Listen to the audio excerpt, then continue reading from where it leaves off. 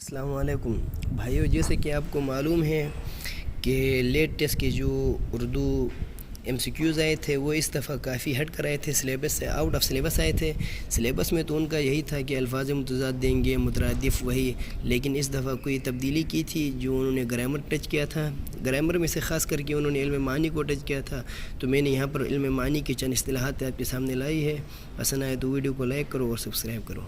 सबसे पहले हम बात करेंगे रोज़मर्रा की तारीफ़ मैंने जैसे आपके सामने लिखी है, उस बातचीत का नाम है जो अहले बयान की गुफ्तगू के मुताबिक हो। जैसे 2 4 4 6 8 10, मतलब जो लोग आपस में इस्तेमाल करते हों ऐसे अल्फाज के आपस में गुफ्तगू के दरमियान जो बोले जाते हैं उन अल्फाज को रोज़मर्रा कहते हैं। दूसरी बात यह है, रोज़मर्रा के लिए 2 या 2 से ज़ायद कलिमात का होना ज़रूरी है। कोई एक लफ्ज़ ये रोज़मर्रा बिल्कुल नहीं बन सकता। तीसरी बात यह है, जिन फ़िक्रों को लोग इस्तेमाल न करें वो रोज़मर्रा नहीं हो सकते। जैसा कि मैं रोज़ स्कूल जाता हूँ ये रोज़मर्रा है, मगर मैं दिन मदरसा जाता हूँ ये रोज़मर्रा नहीं है। क्योंकि लोग ये बात इस्तेमाल नहीं करते हैं कि मैं दिन मदरसा जाता हूँ, बल्कि लोग जो इस्तेमाल करते हैं वो यही बात इस्तेमाल करते हैं कि मैं रोज़ मदरसा जाता हूँ। क्योंकि मैं दिन मदरसा जाता हूँ ये लोगों के इस्तेमाल के मुताबिक नहीं है, इस वजह से हम इसे रोज़मर्रा भी नहीं कहेंगे। जी भाइयों, दूसरा है ज़रबुल मिसल। उर्दू में इसको कहावत कहते हैं। मतलब एक मिसाल होगी मगर उसमें इशारा किसी वाक़े या किस्से की तरफ होगा। मतलब एक मिसाल पेश करेंगे लेकिन मिसाल के पीछे कोई पस मंज़र होगा, कोई वाक़या होगा, उसको हम कहेंगे ज़रबुल मिसल। इसकी चंद मिसालें मैं आपके सामने ले आया हूँ, तो देखिए।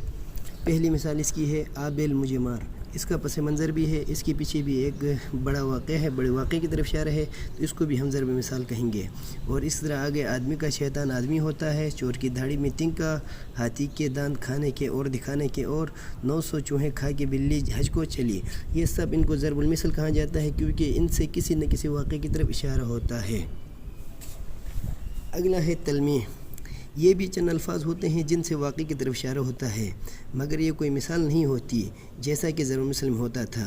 देखो, मतलब ये है कि तलमीह में कोई मिसाल नहीं होगी। पीछे तो हमने पढ़ा था ज़रबुल मिसल में कोई मिसाल होती थी, जैसे आबिल मुझे मार वग़ैरह, लेकिन इसमें मिसाल नहीं होगी। इसमें बस चंद अल्फाज होंगे, उससे किसी वाक़े की तरफ इशारा होगा। जैसे ये शेर में भी होता है और नसर कलाम दोनों में भी हो सकता है। शेर में इसकी मिसाल, क्या वो नमरूद की खुदाई थी, बंदगी में मेरा भला न हुआ। यहाँ पर नमरूद की खुदाई से एक पूरे वाक़े की तरफ इशारा है जो कि नमरूद का वाक़या है। और नसर कलाम में इसकी मिसालें मैंने लिखी है, जैसे इब्न मरियम, ये मरियम अलैहिस्सलाम के वाक़े की तरफ इशारा है। हुस्न यूसुफ अलैहिस्सलाम के हुस्न की तरफ।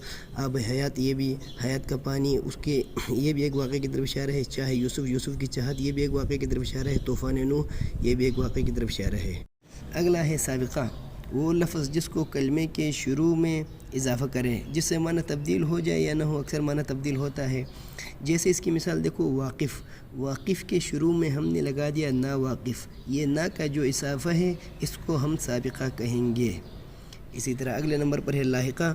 वो लफ्ज़ जिसको कलमे के आखिर में इजाफ़ा किया जाए, जैसे माना तब्दील हो या ना हो, एक ही बात है। मिसाल खौफ से खौफनाक, तो ये जो है ये लाहिक़ा वाला, ये इस दफ़ा लेट के पेपर में भी आया था। पीछे जो आया था कि भाई लाहिक़ा की तारीफ़ क्या है, तो ये मैंने इसलिए ज़िक्र किया है। तो लाहिक़ा जो आखिर में लाहिक़ हुआ है ना, बाद में आया है, और साबिक़ा सबक़त ले गया जो पहले आया है। इसकी चंद मिसालें देखो।